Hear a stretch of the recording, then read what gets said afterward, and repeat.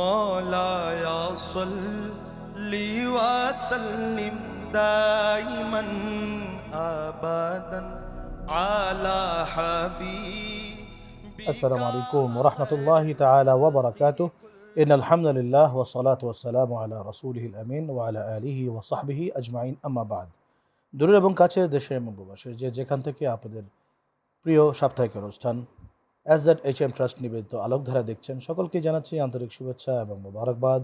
আশা করছি সবাই ভালো আছেন এবং সুস্থ আছেন। দর্শক, আজকে আমরা কথা বলতে যাচ্ছি যে বিষয়টি নিয়ে, অত্যন্ত গুরুত্বপূর্ণ, যুগোপযোগী একটি বিষয়, আর তা হচ্ছে যুগ পরিবর্তনে যে বাস্তবতা এবং ধর্মীয় ব্যবস্থাপনা, এই বিষয়টির উপরে তথা আমাদের যুগের চাহিদা অনুযায়ী অনেক কিছুই রাসূল পাক সাল্লাল্লাহু আলাইহি ইসলামের যুগ থেকে পরিবর্তিত হয়ে আধুনিকায়ন হয়েছে, আংশিক পরিবর্তিত হয়েছে, আমূল পরিবর্তিত হয়েছে।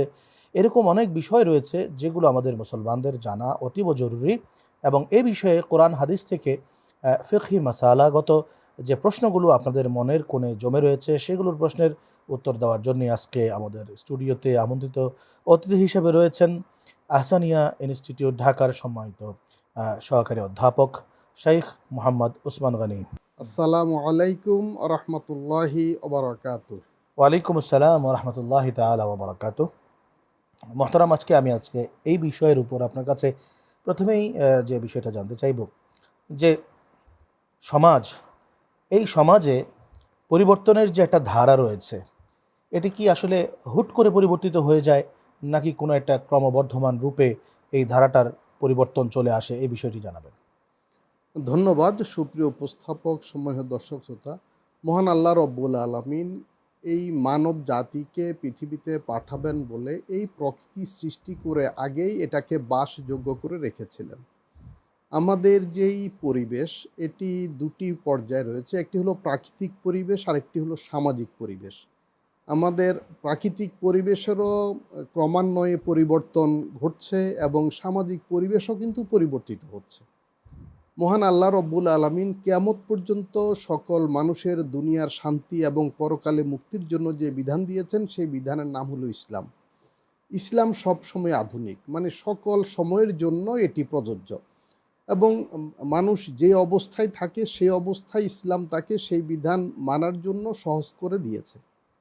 যেমন আমরা ধরি, ইসলামী বিধানের মধ্যে রয়েছে সালাত বা নামাজ পড়া। নামাজের অন্যতম ফরজ হলো দাঁড়িয়ে সালাত আদায় করা। তো আমরা দেখি, যদি কেউ অসুস্থ থাকেন, দাঁড়াতে না পারেন, তাহলে কি করবেন? তাহলে তিনি বসে বসে সালাত আদায় করতে পারবেন। যদি তিনি বসতে সক্ষম না হন, তাহলে যেভাবে তিনি পারেন সেভাবে সালাত আদায় করবেন। তাহলে বিধান পরিবর্তন হচ্ছে না, কিন্তু এর সম্পাদন প্রক্রিয়া কিন্তু ব্যক্তি বিশেষের জন্য পরিবর্তন হচ্ছে। যেমন প্রচণ্ড শীত, কেউ যদি শীতের জন্য পানি গরম করার ব্যবস্থা না থাকে, তাহলে অজুর পরিবর্তে তায়াম্মুম করার সুযোগ রয়েছে, যদি সেখানে প্রাণনাশের সম্ভাবনা থাকে। এভাবে বিধানগুলো একই থাকবে, কিন্তু পরিবেশ পরিস্থিতির সাথে মিল রেখে বিধানগুলো মানুষের সামর্থ্য অনুযায়ী সেটি পরিবর্তিত হতে পারে। একটি হলো শরীয়ত, আরেকটি হলো ফিক। শরীয়ত অপরিবর্তিত স্থির, আর ফিক বা ব্যবহারিক পর্যায় বিধান এটি পরিবর্তনশীল। এই প্রসঙ্গে কোরআনে কারিমে সূরা বাকারা এর 286 নম্বর আয়াতে আল্লাহ রব্বুল আলামিন বলেছেন, লা ইউকাল্লিফুল্লাহু নাফসান ইল্লা উসআহা, যে আল্লাহ রব্বুল আলামিন কারো সামর্থ্যের বাইরে দায়িত্ব বা কর্তব্য চাপিয়ে দেন না, বিধান প্রয়োগ করেন না। অর্থাৎ প্রত্যেকের জন্য বিধান প্রযোজ্য। আমরা আরেকটি উদাহরণ দেখি, যে আমরা জানি সালাত হলো ফরজ, কিন্তু সালাতের ওয়াক্ত যদি না হয় তাহলে সালাত ফরজ হবে না। যেমন সকাল 8টা-9টা বাজে যদি কেউ ইসলাম কবুল করে, তো ওই জোহরের ওয়াক্ত আসার আগ পর্যন্ত তার উপরে সালাত কিন্তু ফরজ হচ্ছে না। আমরা জানি ইসলামে একটি বিধান আছে বিবাহ। এখন একজন শিশু, তার জন্য বিবাহের বিধান প্রযোজ্য নয়। অর্থাৎ এই যে শরীয়তের বিধানগুলো ব্যক্তি বিশেষের জন্য সময়ে সময়ে পরিবর্তন হয়। শরীয়তের বিধান একই থাকে, এর প্রায়োগিক দিকটার মধ্যে পার্থক্য বা পরিবর্তন হয়। আরেকটা বিষয় আমি আপনার কাছে মাঝখানে জানতে চাইবো, যে আপনি যে বিষয়টা বললেন সেটা হচ্ছে আসলে যুগে যুগে যে ধর্মীয় বিষয়গুলোর পরিবর্তনের সাথে সাথে এর হুকুমের যে পরিবর্তিত রূপটা চলে এসছে, সেটির বিষয়ে আপনি আমাদেরকে বললেন। আমি আপনার কাছে এখন জানতে চাইবো যে নারীর ক্ষমতায়ন, নারীর শিক্ষা, নারীর ব্যবস্থাপনা এবং নারীর সমাধিকার ইত্যাদি বিষয়ে, যেটি বর্তমানে সবচাইতে বেশি আলোচিত বিষয়, এবং এটি নিয়েই কিন্তু বাদানুবাদ, বিভিন্ন রকম সেমিনার, সিম্পোজিয়াম হচ্ছে। ইসলামে বেশ কিছু একটা সময় ছিল, একটা সময় যেটাকে পাশ্চাত্যের ভাষায় মধ্যযুগ বলা হয়ে থাকে, নারীর মধ্যযুগ বা নারীর বন্দি যুগ বলা হয়ে থাকে। ইসলাম কিন্তু কখনো নারীকে বন্দি করে নাই। ইসলাম নারীকে সর্বোচ্চ স্বাধীনতা দিয়েছে, কিন্তু তার সেফটিকে নিশ্চিত করে। এখন আমাদের সমাজে নারী শিক্ষা এর যে মান, সেটির উন্নয়ন, নারীর যে ক্ষমতা, নারীর ক্ষমতায়ন এবং নারীর যে মুক্তি, সেই মুক্তির ব্যাপারে যারা বলছেন যে নারীকে বঞ্চিত করা হচ্ছে, এ ব্যাপারে ইসলামী দৃষ্টিকোণ থেকে আপনি কি বলবেন? ধন্যবাদ। আসলে নারীর ক্ষমতায়ন এই শব্দটা বিভিন্ন অর্থে ব্যবহার হয়। আমরা সেই কুতর্কে না গিয়ে সহজ করে বলতে গেলে আপনি যেটা বলেছেন, ইসলাম নারীকে সর্বোচ্চ স্বাধীনতা, সম্মান এবং অধিকার দিয়েছে। আমরা দেখি উহুদের যুদ্ধে হজরত নুসাইবা রাদিয়াল্লাহু তাআলা আনহা তিনি ঘোড়ায় চড়ে যুদ্ধ করেছেন, এবং হজরত খাওলা রাদিয়াল্লাহু তাআলা আনহা বিভিন্ন যুদ্ধে পুরুষদের পাশাপাশি ঘোড়ায় চড়ে তীর ধনুক দিয়ে যুদ্ধ করেছেন, তরবারি দিয়ে যুদ্ধ করেছেন, এবং বিভিন্ন যুদ্ধে আমরা দেখি নারীগণ যুদ্ধে অংশগ্রহণ করেছেন।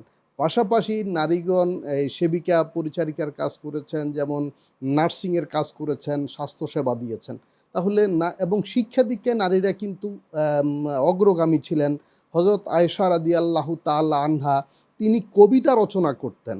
তাহলে একজন নারী কত শিক্ষিতা হলে তিনি কবিতা রচনা করেন, তিনি লিখতে পড়তে জানেন। এভাবে নারীদের শিক্ষার জন্য ইসলাম উদ্বুদ্ধ করেছে, উৎসাহিত করেছে। সারা বিশ্বে, মুসলিম বিশ্বে সবখানেই নারী শিক্ষা এখন বরং আমাদের বর্তমান শিক্ষার্থী অনুপাত ছেলেদের চেয়ে মেয়েদের বেশি। সংখ্যা হলো বেশি।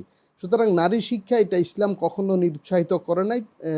তাদের সামর্থ্য মতো, মেধা মতো তাদের কর্মসংস্থানেরও কিন্তু সুযোগ রয়েছে। কোরআন শরীফে আয়াত দেওয়ার মাধ্যমে আল্লাহ তাআলা বলে দিয়েছেন যে নারীর হক আদায় করো, নারীর হক আদায় না করলে শাস্তির বিধান আছে। প্লাস আমরা দেখি সেই জঙ্গে জামাল, উষ্টির যুদ্ধে একজন নারী হজরত আয়েশা রাদিয়াল্লাহু তাআলা আনহা যুদ্ধ পরিচালনা করেছেন।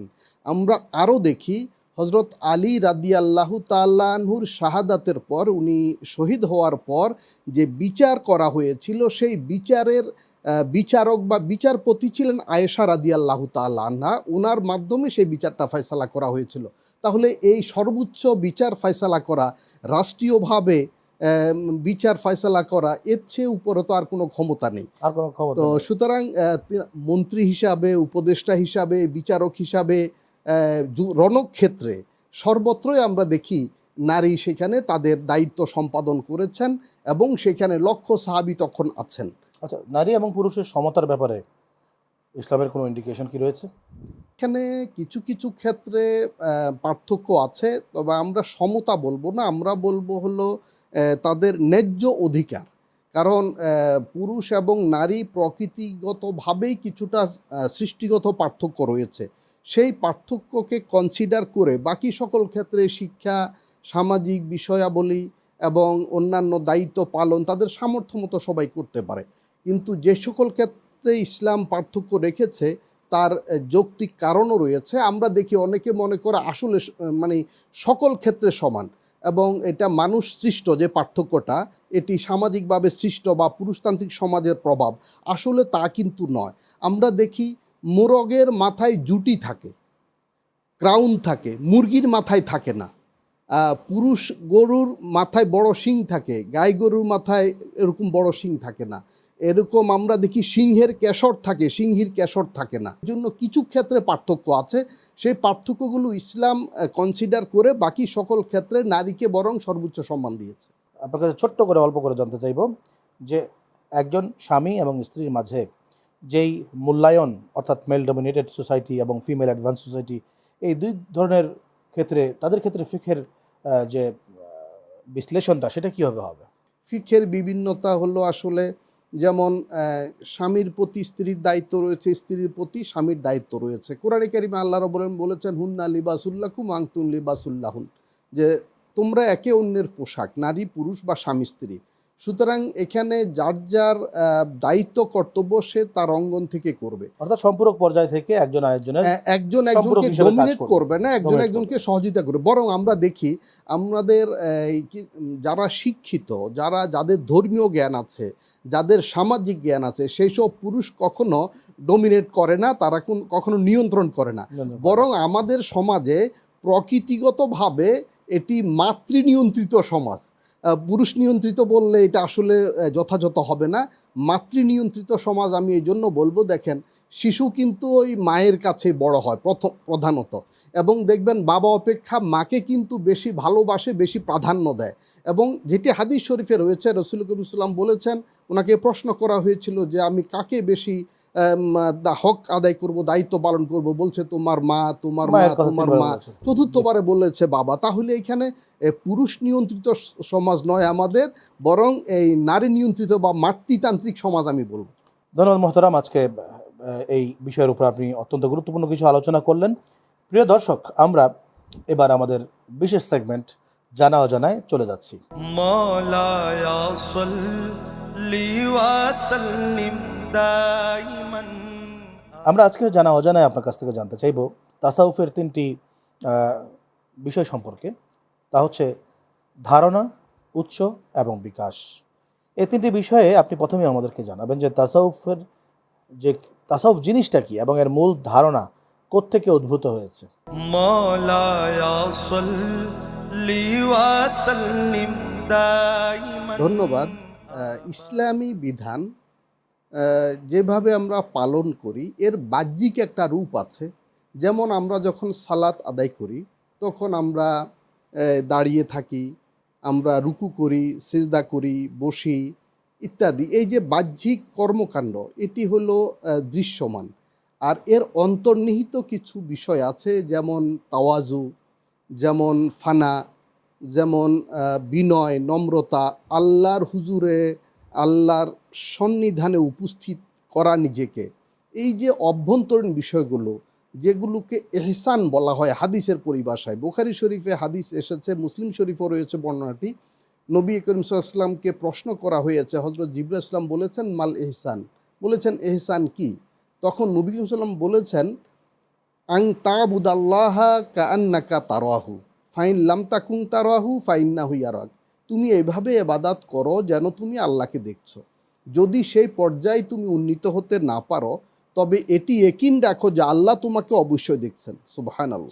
তো এই যে সালাতের মধ্যে বা ইবাদতের মধ্যে এই যে ইহসান, যে আল্লাহর হুজুরে কালব, এটাই হলো তাসাউফের পার্টটা। অর্থাৎ একটা হলো শরীয়ত মানে বাহ্যিক অবয়বটা, আর এর অভ্যন্তরীণ যে আন্তরিক বিষয়গুলো সেটি হলো তাসাউফ। এই তাসাউফকে আমরা বলি তরিকত, এটাকে বলা হয় হাকিকাত, মারেফত।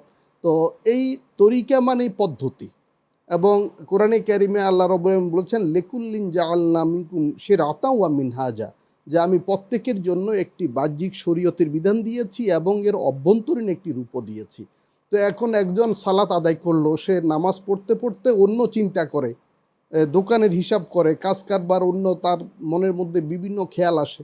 আর আরেকজন যখন নামাজে সালাতে দাঁড়ায় তখন সে আল্লাহর ধ্যান তার মধ্যে থাকে, সে আরশে আজিমের সামনে থাকে বা বাইতুল্লাহর সামনে থাকে। এই হলো তাসাউফ তরিকত। অর্থাৎ আরেক ভাষায় বলা যায় খুজু এবং এর তাকওয়া, তাসকিয়া, এই সবগুলোই হলো যেটাকে আমরা তাসাউফ বলি। এখন আমি আপনার কাছ থেকে জানতে চাইব এই পর্যায়ে যে অনেক বোদ্ধা, ধর্মীয় জ্ঞান সম্পন্ন অথবা অন্যান্য জ্ঞান সম্পন্ন ব্যক্তি যারা বলে থাকেন যে তাসাউফের মূল সূচনা হয়েছিল ইউনানি যুগ থেকে, ইউনানি সময় থেকে তারা এই ধরনের একটা কথাবার্তা বলে থাকেন। কিন্তু আমরা তো জানি যে তাসাউফের প্রারম্ভর সূচনাই হয়েছে হযরত বাবা আদম আলাইহিস সালামের সময় থেকে। এই বিষয়ে আপনি কি বলবেন? এখানে তাসাউফ মানে হলো যা আমরা অভ্যন্তরীণ বিষয়গুলো, আত্মশুদ্ধি। তো যেটি কোরআনে কারিমে সূরা বাকারার শুরুতে বলা হয়েছে হুদাল্লিল মুত্তাকিন, এ কোরআন দ্বারা হেদায়েত পাবে যারা তাকওয়াবান। এ তাকওয়া হলো আল্লাহর প্রেম, আল্লাহর ভয়। এবং তাসকিয়া সম্পর্কে বলা হয়েছে কোরআনে কারিমে কদ আফলাহা মান যাক্কাহা, তারাই সফল হলো, তারা আত্মাকে পরিশুদ্ধ করলো। তাহলে এই যে আদম আলাইহিস সালাম থেকে শুরু করে আপনি যেটা বলছেন, আদম আলাইহিস সালাম তওবা করলেন। এই তাসাউফের প্রথম ধাপ হইল তওবা। মানুষ ভুল করবে, এবং এই ভুল করলে সে তওবা করবে, এটাই হলো তাসাউফ। শয়তানের মধ্যে মানুষের মধ্যে পার্থক্য কী? শয়তান ভুল করেছে কিন্তু সে ক্ষমা চায়নি, তওবা করেনি, তার মধ্যে খুশু খুজু বিনয় ছিল না, তার মধ্যে ছিল কিবির, অহংকার। আর আদম আলাইসাল্লাম তিনি ভুল করেছেন, তিনি তওবা করেছেন, তার মধ্যে বিনয় ছিল এবং অহংকার ছিল না। এবং এটাই হলো তাসাউফের মূল কথা। এবং হাদিস শরীফে যে এসেছে এহসান, এই তাকওয়া, তাসকিয়া, ইখলাস, এহসান, এগুলোই হইল তাসাউফের মূল তত্ত্ব। এবং এই তাসাউফটা বিকশিত হয়েছিল কিভাবে? এই তাসাউফের আসলে সকল নবী রসুলগণ তাসাউফ চর্চা করেছেন, মানে ওনাদের বাহ্যিক যেমন আমল ছিল, অভ্যন্তরীণ পরিশুদ্ধি এভাবে শতভাগ ছিল। এইভাবে সকল সাহাবে একরাম, তাবিন, তাবিনদের মধ্যে এই প্রচলনটি ছিল। এটি প্রথম যুগে শরীয়তের পাশাপাশি ছিল, অর্থাৎ পূর্ণ শরীয়ত পূর্ণ তাসাউফ, এজন্য তখন আলাদা করতে হতো না সাহাবা একরামের যুগে, তাবিন, তাবিনের যুগে। পরবর্তীতে যেমন হজরত আবু বকর রাদিয়াল্লাহু তাআলা আনহু থেকে, হজরত আলী কাররামাল্লাহু ওয়াজহু থেকে বিভিন্ন ওনাদের শাগরিদান, তাবিন এর পরে তাবিন, ওনারা একটু এটাকে প্রাতিষ্ঠানিক রূপ দিয়েছে, ভিন্ন রূপ দিয়েছে। এবং কিছু আলেম ওলামা সুফি ছিলেন যারা সুফি নামে অভিহিত হয়েছেন, তারা সাদাসিধা জীবন যাপন করতেন, দুনিয়া বিমুখ ছিলেন, যাকে জুহুদ এবং ওয়ারা বলা হয়। মানে অত্যন্ত সতর্ক থাকতেন, শরীয়তের বিধান পালনের ক্ষেত্রে হারাম হালাল এর বিষয়ে সতর্ক থাকতেন, পাশাপাশি খুব সরল সাদাসিধা জীবন যাপন করতেন। সেই সময় কম দামি কাপড় ছিল পশমি কাপড়, এবং এটি খুব বেশি ধোয়া লাগতো না, এবং সকল আবহাওয়ায় সকল পরিবেশে পরিধান করা যেত, এবং এটি দীর্ঘস্থায়ী টেকসই ছিল। এজন্য ওই বুজুর্গান ওনারা এই পশমি পোশাক পরতেন বলে অনেকে মনে করেন যে তাসাউফ নাম হয়েছে।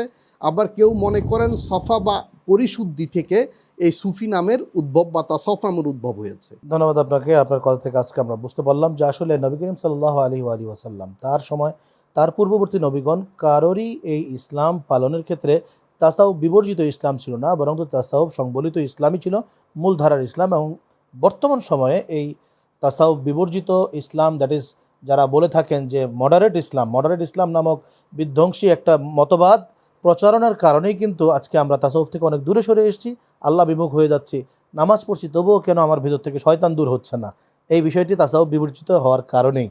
এই প্রসঙ্গে ইমাম মালিক রহমতুল্লাহ সুন্দর বলছেন যারা শরীয়ত মানে তাসাউফ মানে না, অর্থাৎ বাহ্যিক আমল করে কিন্তু তার আত্মা পরিশুদ্ধ নয়, তো সে হইল এটা অপূর্ণ। এখানে আমি একটু ভিন্নভাবে বলবো, এটা তো অনেকটা মুনাফিকির পর্যায়ে যায়, যে তার ভিতরে কিন্তু আল্লাহর মহব্বত নাই, রসুলের মহব্বত নাই, যে সেটা সে মুনাফিকদের মতোই তারা মুসলমান হয়েছে এজন্য নামাজ পড়তে হবে, কিন্তু আল্লাহর হুকুম হিসেবে নামাজ নয়। তিনি বলেছেন যারা বলে যে আমি তাসাউফ করছি কিন্তু শরীয়তকে অবহেলা করছে বা শরীয়ত ছেড়ে দিয়েছে, বলছেন তারা জিন্দিক হয়ে গেছে, কাফের হয়ে গেছে। তাহলে তাসাউফ এবং শরীয়ত, এই দুটি শরীয়ত তরিকত একটি সম্পূরক এবং পরিপূরক। আপনাকে ধন্যবাদ। প্রিয় দর্শক, আমরা এখন সুফি পরিচিতিতে চলে যাচ্ছি। মাওলায়া সাল্লি ওয়া সাল্লিম দাইমান। আজকে আমরা আপনার কাছ থেকে জানতে চাইব যে আল্লাহ রাব্বুল আলামিনের একজন খাস বান্দা, খাস ওয়ালি হযরতে ইমাম জাইনুল আবেদিন রহমতুল্লাহ আলাইহি, যিনি আহলে বাইতের সিলসিলা রক্তের ধারার একজন প্রথম ইমাম, হযরতে মাওলা আলী কাররামাহুল্লাহ ওয়াজহুল করিম এবং হযরতে ইমাম হুসাইন আলাইহিস সালাম, তার পরবর্তীতেই যাকে আমরা প্রধান এই ইমাম হিসেবে জানি, এই সুফিবাদের বা সুফি যে জাত থেকে এসছে, হযরতে ইমাম জাইনুল আবেদিন সাজ্জাদ যার নাম ছিল, তার জীবনের ব্যাপারে আপনার কাছ থেকে কিছু জানতে চাইব। ধন্যবাদ। সুফি তরিকা বা সুফিগণদের মধ্যে যারা শ্রেষ্ঠ ছিলেন তাদের অন্যতম একজন হলেন ইমাম জাইনুল আবেদিন রহমতুল্লাহি আলাই। তো জাইনুল আবেদিন এটি হলো তার উপাধি, উনার নাম আপনি বলেছেন সাজ্জাদ।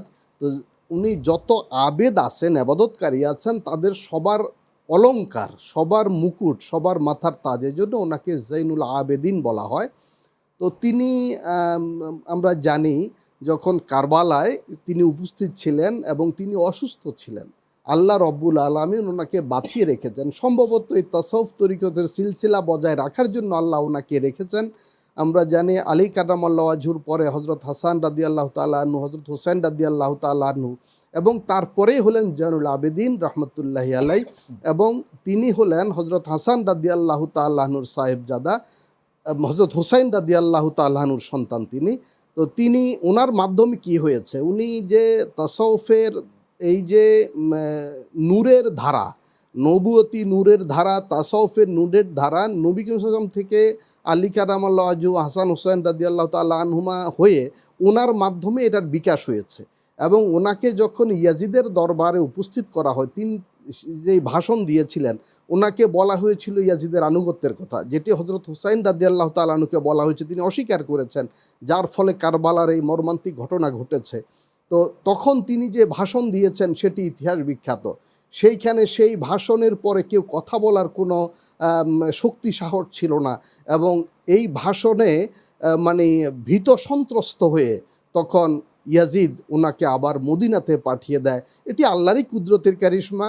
তো ওনার মাধ্যমেই কিন্তু এই সারা পৃথিবীতে এই যে শত শত তরিকা আছে, সবগুলোই কিন্তু এই ধারাতেই মিলিত হয়। ইমাম জয়নুল আবেদিন রহমতুল্লাহি আলাই, ওনার যে বৈশিষ্ট্য সেটি হলো তিনি অত্যন্ত বিনয়ী ছিলেন, এবং তিনি খুব কম কথা বলতেন। আর যখন কথা বলতেন তখন ওনার কথায় অন্য কেউ কোনো উত্তর দিতে পারে বা কোনো রকমের উচ্চবাচ্য করতে পারে, এমন কোনো শক্তি সাহস কারো হতো না। আর উনি ওনার মাধ্যমেই সকল সিলসিলা আমি বলবো কেন্দ্রীভূত হয় ওনার কাছে গিয়ে, এবং সকল তরিকা, শুধু আমরা বলবো হানাফি, শাফি, মালিকি, হাম্বলি সহ এই আহলুস সুন্নাহ ওয়াল জামাত, শিয়া, সুন্নি, সকল তরিকার লোক কিন্তু ওনাকে সমানভাবে সম্মান করে। দেশ এবং এই যত রকমের আমাদের মাসলাকের পার্থক্য আছে, এই সকল পার্থক্যের ঊর্ধ্বে হলেন তিনি, এবং তাসাউফ তরিকতের জায়গায় তিনি হলেন অনন্য এবং অসাধারণ। এবং আমরা যতটুকু জানি যে তিনি হযরত ইমাম জয়নুল আবেদিন রহমতুল্লাহ আলাই তার সময় থেকে এই তাসাউফের যে ক্রমবর্ধমান পরিস্থিতিটা আমাদের সামনে চলে এসছে, তিনি এটাকে ভাগ ভাগ করে দিয়েছিলেন, একদম সুন্দর করে সাজিয়ে কিন্তু মানুষের সামনে তিনি উপস্থাপন করেন। তার আগে হযরতে আলী কারামাহুল্লাহ ওয়াজহুল কারীমের ভেতরে যে জিনিসগুলো ছিল তাদের ওরকম ভাগ করা প্রয়োজন পড়ে নাই। এখানে একটা বিষয় গুরুত্বপূর্ণ, যে প্রভাবকটি কাজ করেছিল, আমাদের এর আগে যারা ছিলেন, আবু বকর রাদিয়াল্লাহু তাআলা আনহু, আলী কারামাল্লাহু ওয়াজহু, হযরত হাসান রাদিয়াল্লাহু তাআলা আনহু, হুসাইন রাদিয়াল্লাহু তাআলা আনহু, ওনারা সবাই কিন্তু এই রাষ্ট্রীয় কাজের সাথে সংযুক্ত ছিলেন, রাজনৈতিক কর্মকাণ্ডের সাথে যুক্ত ছিলেন।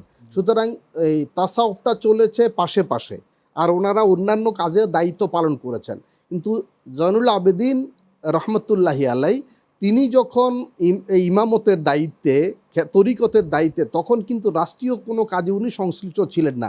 এই কারণেই তাসাউফটা ওনার হাত ধরেই প্রাতিষ্ঠানিক রূপ লাভ করেছে। আপনাকে অসংখ্য ধন্যবাদ। আজকের এই অনুষ্ঠানের অত্যন্ত কিছু গুরুত্বপূর্ণ প্রশ্নের উত্তর আপনি দিয়েছেন, এবং আমাদের অনেক জটিল জটিল সমাধান আপনি দিয়েছেন আজকের এই অনুষ্ঠানের মাধ্যমে। প্রিয় দর্শক, আমরা এতক্ষণ যাবৎ শেখ মোহাম্মদ উসমান গনি মোহতারামের কাছ থেকে অত্যন্ত গুরুত্বপূর্ণ সমসাময়িক যে আলোচনাগুলো শুনলাম, তার ভেতর থেকে জিস্ট হচ্ছে এই যে ইসলাম কখনো নারীকে ভিন্নভাবে কোনো একটি প্রজাতি কিংবা কোনো একটি দল হিসাবে কিন্তু ইসলাম উপস্থাপন করেনি, বরঞ্চ ইসলাম একজন পুরুষের পাশাপাশি একজন নারীকে সম্পূরক হিসাবে, হুন্না লিবাসুল্লাকুম ওয়া আনতুম লিবাসুল্লাহুন্না, যে তোমরা তাদের পোশাক, তারা তোমাদের পোশাক। একজন আরেকজনের সাথে অঙ্গাঙ্গিভাবে, একটি নখ একটি চামড়ার সাথে যেভাবে থাকে, একজন নারীর সাথে একজন পুরুষের সম্পর্কটাও সেভাবে। আর যে সমস্ত বিষয়গুলো নিয়ে আজকে আমাদের মধ্যে বাদানুবাদ হচ্ছে, এগুলো হচ্ছে বৈশ্বিক বিষয়, এগুলো হচ্ছে বস্তু বিষয়ক ঘটনা, এগুলো যে কোনো মুহূর্তে যে কোনোভাবেই সমাধান করা যায়, এগুলো নিয়ে কোনো উচ্চবাচ্য করার কোনো জো আমাদের মধ্যে নেই। এরপরে ইনশাআল্লাহ আমরা আলহামদুলিল্লাহ জানতে পারলাম, তাসাউফের ব্যাপারে ধারণা পেলাম। এরপরে সুফি পরিচিতি পর্বে আমরা ইমাম জয়নুল আবেদিন রহমতুল্লাহ আলাইহির ব্যাপারে, তার জীবনের ব্যাপারে শুনতে পারলাম। আল্লাহ রাব্বুল আলামিন আজকের এই আলোচনার উপরে আমাদের প্রত্যেককে সঠিক বুঝ দান করুন, সেই কামনা করছে, এবং সেই কামনা করে আজকে এসজেডএইচএম ট্রাস্ট নিবেদিত আলোকধারা অনুষ্ঠান থেকে বিদায় নিচ্ছি। সবাই ভালো থাকবেন, সেই কামনা করে আসসালামু আলাইকুম ওয়া রাহমাতুল্লাহি ওয়া বারাকাতুহু।